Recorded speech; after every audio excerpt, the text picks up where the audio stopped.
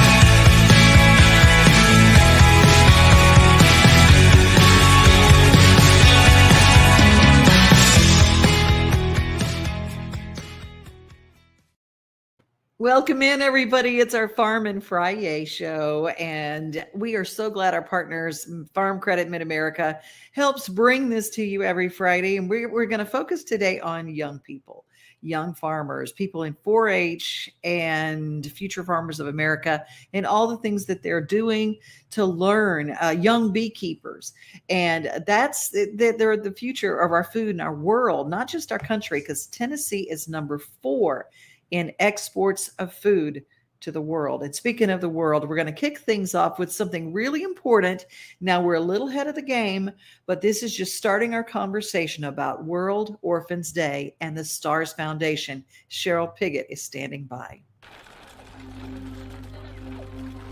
Did you know that over 60 million orphans live in our world today? And 1.5 billion children are without shoes. Many of them have disease that can be prevented just by providing them shoes. We hear stories every time of kids, of people living in wars and disasters. We typically forget that there are many people left in the aftermath of these catastrophes. What if we had a world where there are 0 shoeless children, where orphans have homes and food and are protected and the opportunity to go to school by having shoes? With the help of many organizations, we're helping to make this happen. And we'd love to have you join us and help be a part of it. The second Monday of November is World Orphan Day. Would you partner with us not only by helping us create awareness, but help us be the change the world is looking for?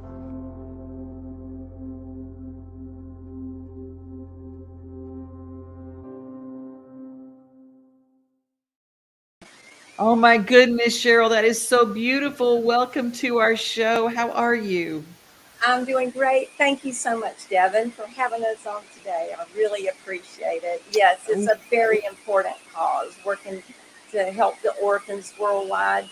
And we're just so blessed that we have a strong group here in Nashville that are rallying around the cause. They help facilitate and promote World Orphans Day every year.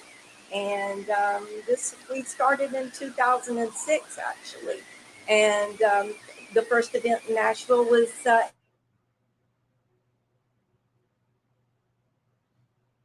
we're very blessed that we now have over 100 countries. It's just expanding. Yeah. Well, we're going to take a look at the website really quickly. Lighting the World Purple for Orphans 2022, and that's going to be November 14th, correct? Yes. We're very excited. It started in Arkansas, initially. We had a college or university over there that lit their bell tower, and the community came together and they did a candlelight vigil for the orphans, which is what we would like to see happen, expand globally if we can. Now, I have a honorary chairman, the deputy prime minister of the country that used to be known as Swaziland. Now it's called East Swatini. And he's our torchbearer this year as our honorary chairman of this Lighting the World Purple for Orphans. So his campaign is to get as many countries in Africa to find at least one building they can light up in purple. And actually, we're having a special event September the 23rd to speak to 20-some ambassadors in Washington, D.C. to light up Wow. the World program. Yeah, so he's coming in, and his king, Swati the third. It's hard to pronounce, but Mhm. the king of Eswatini may be coming into the U.S. for this special occasion, and to make an appeal to the United Nations to welcome.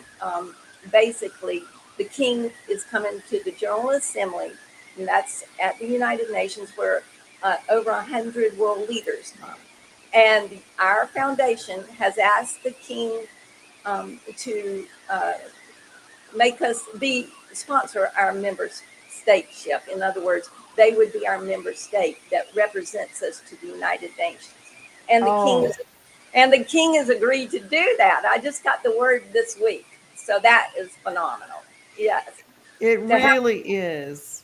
a king come on board your program and support it, and take it to the United Nations General Assembly and make an appeal that this is the official day. Just like you said, there is one other day out there that's very, very small. Somebody said it was April 20th, but that's not the official day that everybody, most of the heads of state and countries are going with. We have So over November 14th is the day we want it to be yes, recognized as the official World yes, Orphans Day. yes, exactly. And Devin, by you taking on this podcast for us today, and anytime you have one of our celebrities to talk about it, that helps spread the campaign even more, and we can use our marketing team to spread it even more. So, Well, we countries look in, forward to keeping this message going, and we're going to. yeah, And thank you so much for your time today. I want everybody to go to find out more information, thestarsfoundation.net. thank, Thestarsfoundation.net. Thank you so much for your time, Cheryl. I thank appreciate it. you. Thank you. It's been All great right. talking to you, Devin. You Bye-bye. take care. Bye bye. Well, a big thank you to Cheryl. And speaking of kids, we've got some young beekeepers. We got the Tennessee Honey Festival coming up in September, thanks to our friends at US Pest. But let's talk about getting young people involved in beekeeping. They're working, they're the Tennessee Bees. They have an entire channel devoted to bees here in Tennessee, and they're working with the kids. Hi, I'm Cayman Reynolds, and it's my pleasure to announce that the Youth Beekeeper Sponsorship Program is now available for young beekeepers between ages of 12 and 21 to apply to get a full ride to our Hive Life conference. So what does that mean?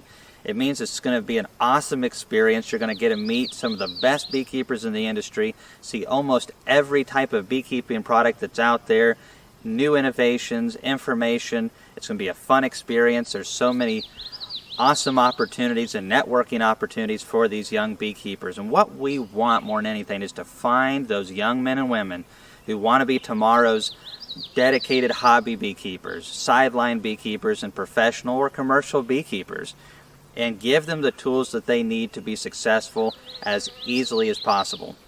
Anything that you try to do for a business or something serious or long-term can be quite a challenge, especially if you've never done it before. But we have all kinds of beekeepers that have different skills from the East Coast, up north, the South, the West Coast. Heck, we have beekeepers from out of the country that come to this conference educating us on how we can improve the health of our honeybees and be better beekeepers. So we want to find those special young men and women who want to be involved with bees and give them that information. And there's all kinds of information that I'm going to pin down below in the top comment and in the description. You can go through that link. They can see how to apply. It's not that complicated. But if you are able to come, what does it all include? Well, it includes the full experience, including lunch Friday and Saturday, not only for the kid, but also for the parent/guardian. Now, it also includes a $250 reimbursement for hotels. So after you have come to the conference and had that wonderful experience, you'll receive $250 back for your hotel. If you spend $180 towards your hotels, then you pocket the rest. If you decide to go to some ritzy place and spend $800, well, you're getting $250 still. But we're excited to make this more affordable for young men and women to really get that experience and learn from some of the greatest in the industry. And also see there is a place for you. There is a lot of exciting opportunities in beekeeping. I want to say that we also have an area for those of you who are not between ages of 12 and 21 for you to donate if you would like to. And if you go through the link down below, you can see our PayPal link. 100% of everything donated goes towards the kid program. So if it's a $5 donation or a $5,000 donation, we're still waiting on those. Those will go 100% to getting kids in the door. Right now we have 20 kids spots available, and I imagine more will be on the way. And I want to say a huge thank you to Rossman Apiaries out of southern Georgia, who just donated $2,000 towards this program. That's going to allow several more kids to be able to come and experience this and get what they need to avoid some of the mistakes that I made when I was in my teens. So it's exciting. Tomorrow's beekeeping is going to be done by these teenagers and young adults. So we want to give them the tools that they need. So if you'd like to donate, you can do that down below. If you'd like to apply and you're in that age group, then please do so. And you'll see all the information on how to do that down below. Leave your comments down below. We hope to see you at the Hive Life Conference, which will have over 1,000 beekeepers and 8 to 10 semi-loads of beekeeping product. Excited to see you there. Thanks for watching our videos. When we talk about agriculture in Tennessee, a lot of people think, well, I'm not a farmer. I'm not a farmer. But there are a great many people who have property and they have hardwoods there, and they realize that is a crop. And some people put their land into green belt and they raise forest. They literally have wood that they raise, and there are a lot of things that you have to pay attention to. And Tennessee, our Department of Agriculture deals a lot with forest and about lumber and about the presence of pests that come in from other places. And if you plant trees and it's coming up into the fall, you're going to be planting trees. That's tree planting time. You need to know what to look for and what are the diseases that trees in Tennessee can be kind of vulnerable to. We are here at Savage Gulf because we are going to learn about the hemlock woolly adelgid and how we are treating the eastern hemlocks to fight hemlock woolly adelgid. The hemlock woolly adelgid is a small aphid-like insect that has infested eastern hemlocks and Carolina hemlocks. And it attaches itself to the bottom of the hemlock branch, and they're small white woolly masses that kind of look like tiny, tiny cotton balls at the base of each hemlock needle. And during the winter months, it sucks the nutrients out of the hemlock trees, which then causes its death.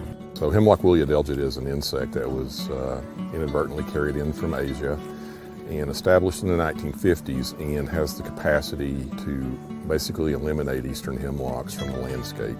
The trees have no natural resistance to speak of, and we don't have a natural complex of checks and balances for the insect. So our stopgap measure at the moment is to use chemicals until we can develop some more natural checks and balances.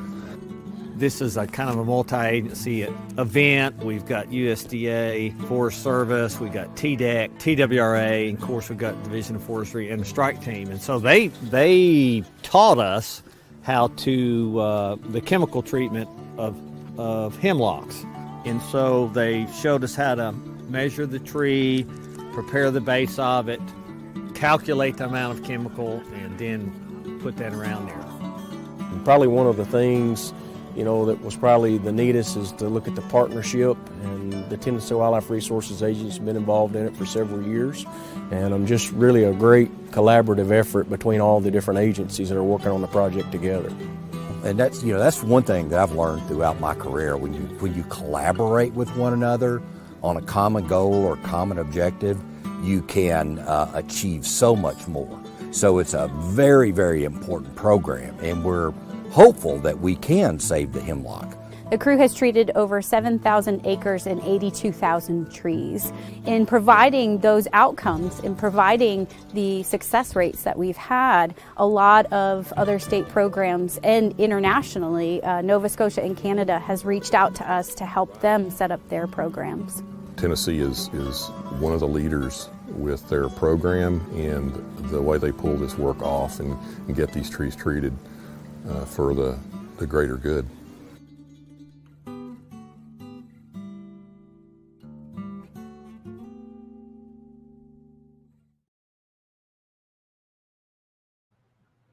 It kind of makes me tear up to think that we have our beautiful green forest. The thing I loved about Tennessee when I came here were the beautiful green woods that you could walk through, and our park system is incredible.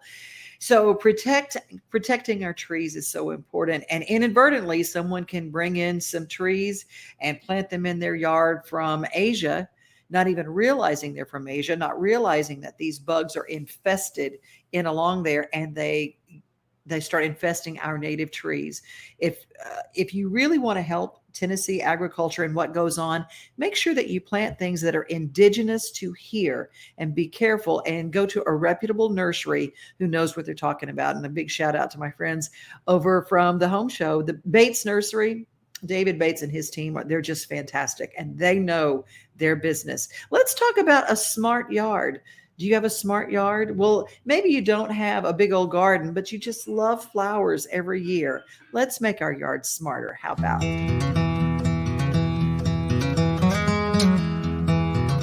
Tennessee is awash with beautiful and unique landscapes, and we are lucky to live within them. Hi, I'm Andrea Ledwig, Director of Tennessee Smart Yards for the University of Tennessee Extension. We want to help you pick out the best science-based practices that will help you achieve sustainable, healthy, functional landscapes that will reap benefits not only for you, but also our communities and our environment. We rely on our ecosystem to be resilient and support our needs in everything from absorbing those torrential Tennessee rainfalls, to pollinating our crops and providing food, to providing that sanctuary for relaxation, beauty, and curiosity. Our team of experts has collected a suite of resources to help you evaluate your landscape, look at it with a fresh set of eyes, and pick out practices that help promote healthy landscapes and protect our natural and water resources, all while reaping benefits for you in your very own yard. So you might be asking yourself, what is a Tennessee Smart Yard? Simply put, it is one that is in balance with the local environment for the benefit of both people and our ecosystem. So a Tennessee Smart Yard exhibits actions that are all around 9 foundational principles, and we hope that you enjoy these modules all about the 9 foundational principles and enjoy your journey towards a certified Tennessee Smart Yard.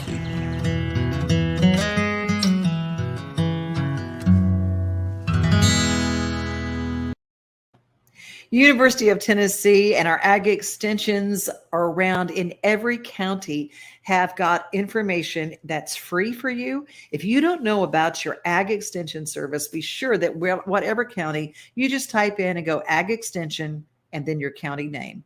And there are grants available. There's information available. There are learning modules about how to can food and how to preserve it.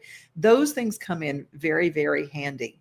And where everything starts is our young people, 4-H. And it is not 4-H week, but I just love that 4-H put together a spotlight. Our Ag Extension Service in Wilson County put some really cool things together to shine the spotlight on some kids doing some great things with 4-H.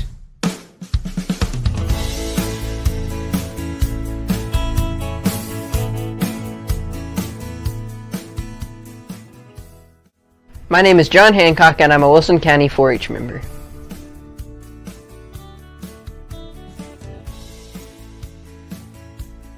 I'm in 8th grade and my main projects are photography, poultry, goats, and horticulture.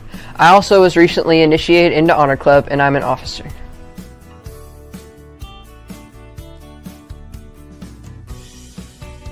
My favorite memory so far is participating in an academic conference this past summer. I attended in the poultry project and I learned how to draw blood and swab throats to test chickens for various diseases.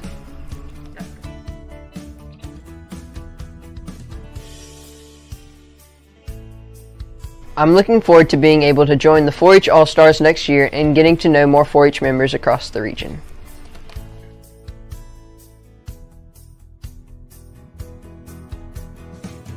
.4-H is important to me because it has given me opportunities to connect with agriculture leaders in the community and learn how to better raise my livestock. Happy National 4-H Week from Wilson County.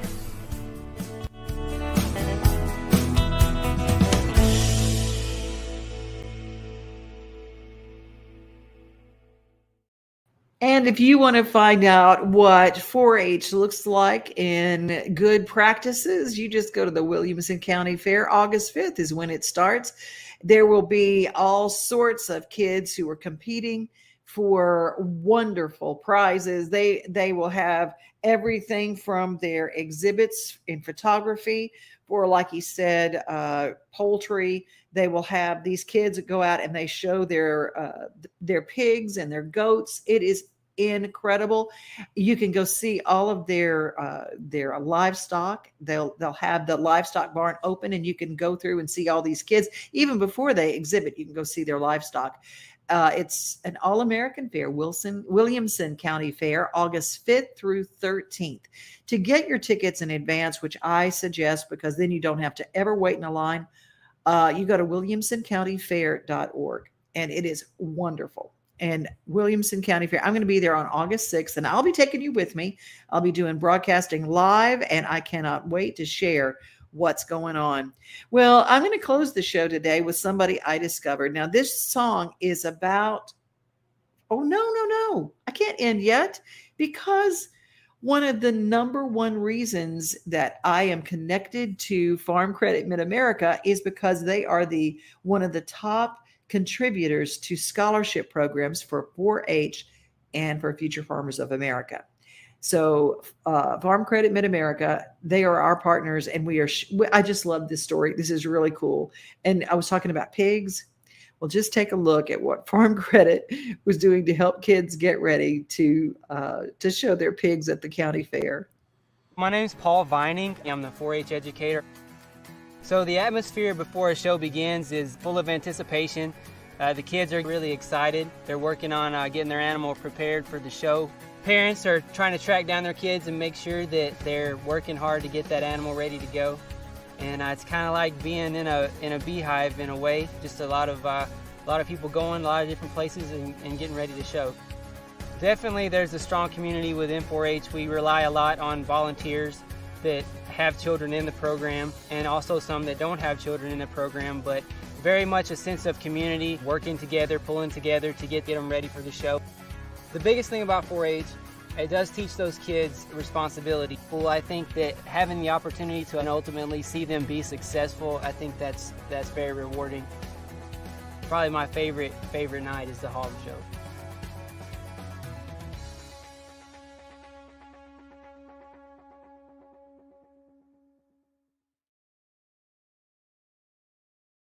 Farm Credit Mid-America. Here's the website. Wherever you're located, go to e-farmcredit.com.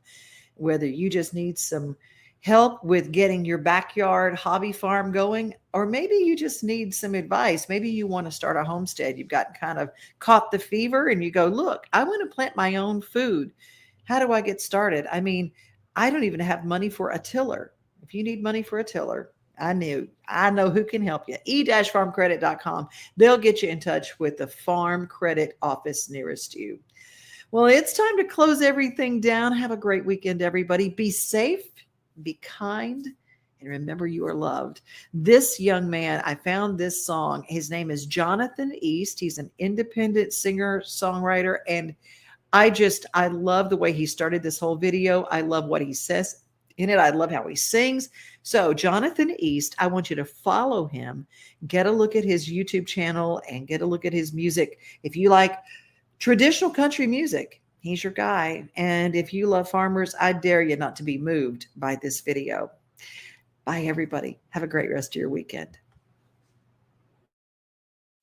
I can remember back when I was working with my father, on Saturdays and Sundays we'd walk through the cow pastures and look at the cattle, and he'd explain to me what was going on and needed doctoring or whatever. He showed me how to do that, and we passed that on down to our children. We have them walking through the fields and pig pens. We would look at the cattle, the produce, and everything, and now all three of those are farming. My oldest son, Daniel, he's got his own equipment, and we all farming together with them, and they took our farm and kind of updated us a little bit with the GPS. The average farmer probably puts in a 14-hour day, and if you figured up how much he makes an hour, it's chicken feed, really, for what they get paid. It's probably not even minimum wage. And I just hope our government would realize why the American farmer is getting in the shape he's in. Take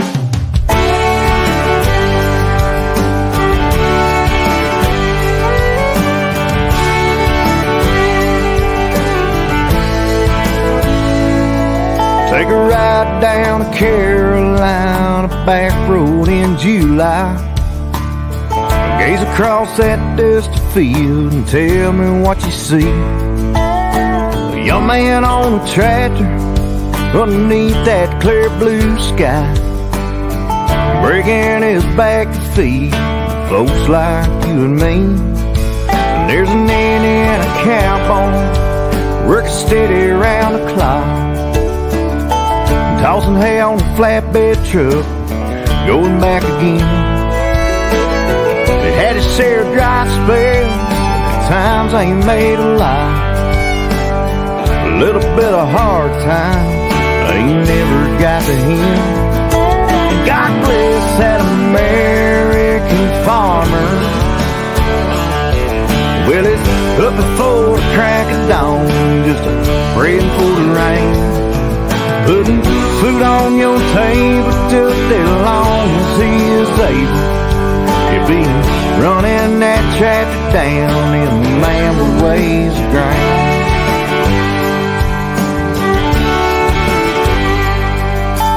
Hey there, Mr. Banker, tell me, do you have a soul? Surely now your heart it ain't completely made of stone. You say it's just your job, putting farmers in the hole. Tell me what you gonna do now, the day that it's all gone. There's an old man by the courthouse, just parked up on the square. He's selling local produce to local families. But he just can't compete with the supermarket there. They just as soon buy their food from somewhere overseas. And God bless that American farmer. Well, it's up before the crack of dawn, just praying for the rain, putting food on your table just as long as he is able. He'll be running that tractor down in man ways of grain. And I sweat on his brow and the dirt on his hands. He's what keeps this country running strong. There's so few understands about the time he spends working, never stops to wonder why, giving everything to just get by.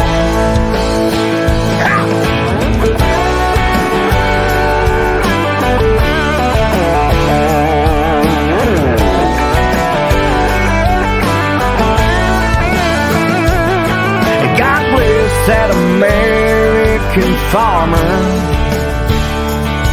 Well, it's up before the crack of dawn, just praying for the rain, putting food on your table just as long as he is able. He'll be running that tractor down in man ways of grain.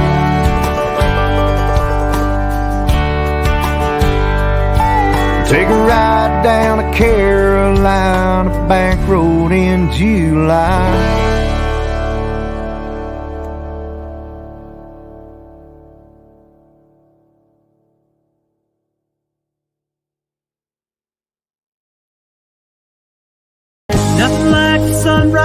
with your coffee in the morning, or taking a good book off the shelf. Another thing I love the most than being on my own is together with everybody else. Together, like a silent Sunday summer. Together, on my front porch with my friends. Together with who's ever there, standing next to me. Yeah, together is my favorite place to be.